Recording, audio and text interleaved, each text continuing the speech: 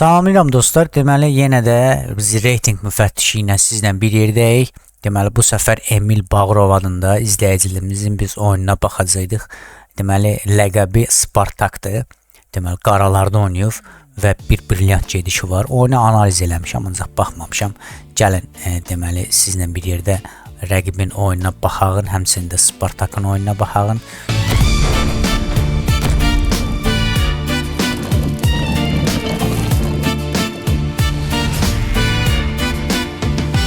Görəyin vəziyyət nə yerdədir.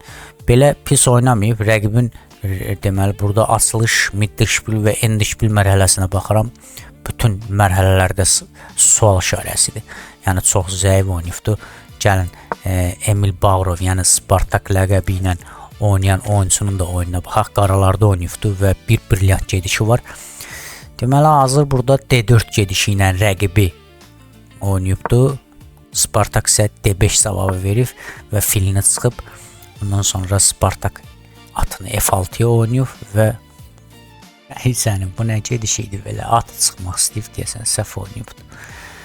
Deməli burada ola bilsin ki, əli sürüşüb, piyadanı F3 eləmək əvəzinə atı F3 eləmək istəyib, piyadanı oynayıbdı, ola bilər bu ki atı oynasın və yaxud da ola bilər birbaşa bu piyadanı çəksin qabağa. İndi hər şey ola bilər. İndi görəcəyik gələcək gedişlərdə onu görəcəyik. Bəli, mərkəzdəki piyadasını müdafiə eləyib və deyəsən fransız müdafiəsi oynamaq istəyir qaralar. Aha. G4 maraqlı gedişdir, çünki ata yəqin ki hücum eləyəcək və deməli Spartak həmin piyadanın qabağa gəlməyini qarşısına almaqdan ötürü H6 eləyir ki, piyadanın qabağa gəlib ata hücum eləsə piyada ilə götürsün. Bəli, artıq deyəsən ağalar şah cənahından hücuma başlayır. Sonra deyəsən aqressiv oynayıb ağalar.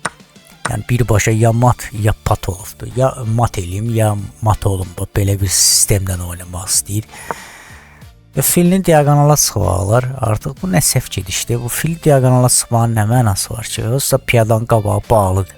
Yəni fil diaqonala çıxmaqdan sonra şah cinahından, vəzir cinahından çıxmaq daha məqsəd uyğundur. Demək, qaralar da öz filini diaqonala çıxmaq istəyir. Burada isə belə bir gediş var idi. Şah verib piyadanı götürmək olurdu, ancaq piyadanı götürəndən sonra həm atı məcbur idi çıxsın ki, deməli burada belə bir şey var. Şah verir. Atı qoya bilərdi, onda da piyadanı götürürdü, düzdürmü? Sonra da ata hücum olunurdu. Belə bir gediş var idi burada. Qaralar görməyib o gedişi.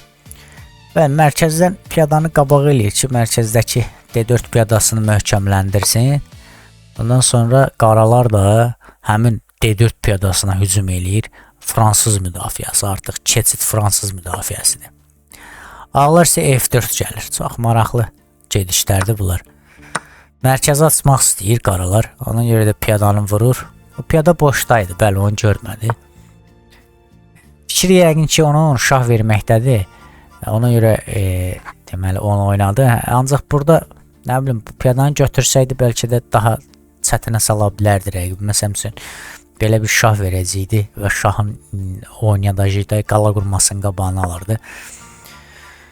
Bu yox, bu səhv gedişi idi artıq qaralarda. Çünki iki piyadası var orada və piyadanı vurmaqla ata hücum olunur və deyəsən piyadanı verdi, vurmadı o. Ağlar da heç o gedişi görmür deyəsən, ha?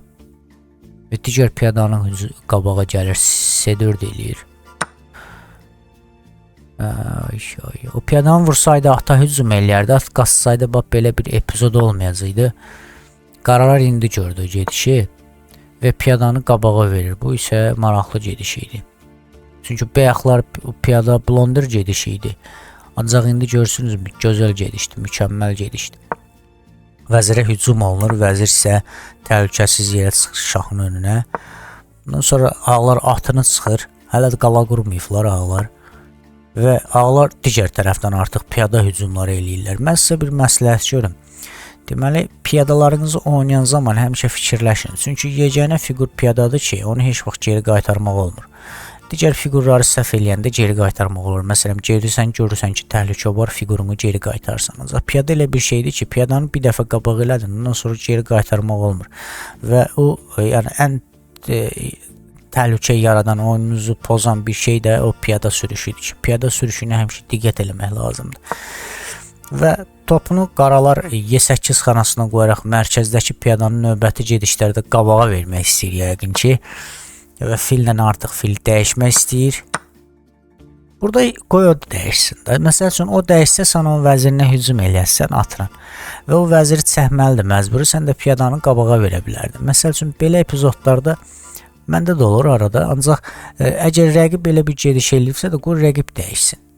Yəni rəqibin dəyişməyi sizə daha yaxşıdır, amma belə də yaxşı deyil. Görürsünüz ki, bax topunu rəqibin aktivləşdirdiniz və sizin C şaquli xəttinə baxacaq artıq rəqibin topu. Ona görə də belə epizodlarda tələsmək lazım deyil. Bəli, rəqib artıq mərkəzə aşmaq istəyir, yəni qaralar mərkəzə aşmaq istəyir və piyada ilə piyadanı vurur. Və burada çox maraqlı gediş idi. Deməli, hər ikisi piyadanı yaman oynayır ağlar və artıq vəzirləri dəyişmək istəyir. Atla götür də, bunu piyada ilə götürürsən ki. Atla götür, bu piyadaya da hücum elə. Növbəti gedişdə buradan şah verir. Yəni, bunu piyada ilə götürüb bu piyadalarınızı çörək ücretinə qoyursunuz ki. Bunu bununla götür, həm buna hücum elə. Topa hücum eləyirsən sonra, həm də yaxud da o əgər oynasa, piyadanı qabağa eləsə, bunu belə də oynamaq olar. Yəni, bunu piyada ilə götürmək yanlış gedişdir. Və indi burada 2 dənə dubl piyadan var, heç nəyə lazım olmayan.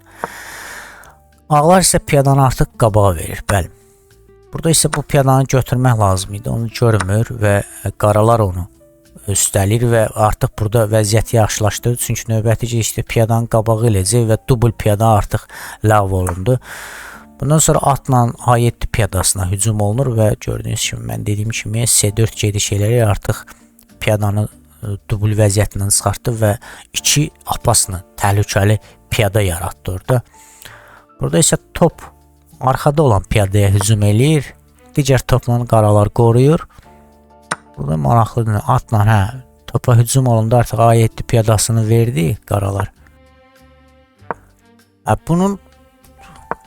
Burada isə qaralar brilyant gediş eləyir. C5 gedişi. C5 gedişi nədir? C5 gedişi ondan ibarətdir ki, əgər ağlar topu vursa, topla piyadanı vursa, qaralar at açıb şah verir və rəqibin topunu götürür. Eyni zamanda buradan atı əgər A4 gediş eləsə, artıq topa hücum olunur və top artıq məcburdur ki, geri qayıtsın, ondan sonra piyadanı qabağa vermək olur. Ona görə də qaraların bu gedişi çox yaxşı gedişdir. Bir neçə şaxəli gedişdir, bir neçə məntiqi olan gedişdir. Ona görə də yaxşı gedişdir. Burada isə topla at vurulur və atla top vurulur və rəqib atı götürür topla. Bəli, bax bu gediş deyirdim mən, rəqib isə bu tələyə düşdü deyəsən, bu atla şah verilir və top götürülür, bəli.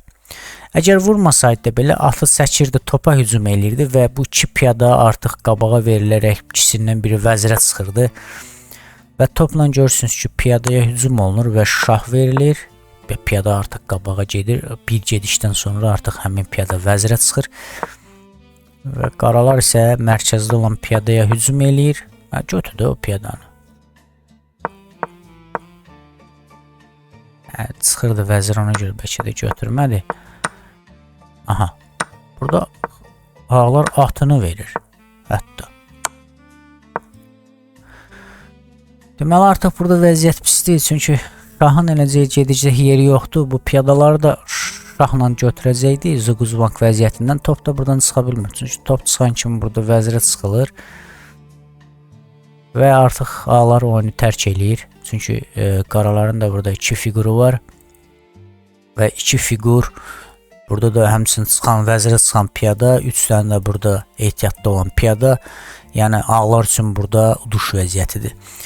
Oyuna baxdıq, maraqlı oyun oldu. Rəqibin reytingi, yəni bilmirəm nədir, çox aşağıdır. Onlar bir 1000-1100 reyting olar. 1000 reyting belə. Spartakın da reytingi 1000-1100 reyting civarındadır. Çox ağlar ümumiyyətlə çox zəif oynayıbdı.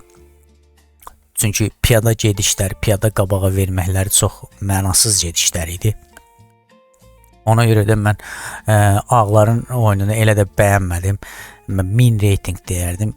Spartakın reytingi isə belə deyərdik ki, 1100 reytinq arası olan oyun idi. At gedişi daha xüsusi cəlb edici gedişi idi. Ona görə də at gedişi ümumiyyətlə xüsusi cəlb edici gedişi idi. Ona görə də mənim o gedişi gördüyü üçün mən yəni təbrik edirəm onu ki, o gedişi görüb maraqlı gedişi idi.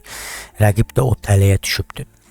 İzlədiyiniz üçün sağ olun. Siz də öz rəy bölməsində izləyicilərimə səslənirəm ki, rəy bölməmizdə öz fikirlərinizi yazarsınız. Rəqib, yəni Spartakın reytinqini təyin edərsiniz dostlar. İzlədiyiniz üçün sağ olun. Minnətdaram sizə. Sağ olun. Siz də yenə də e-mailimə öz deməli oyunlarınızı göndərə bilərsiniz. Əlbəttə ki, reytinqinizi və profil adınızı silin, göndərin.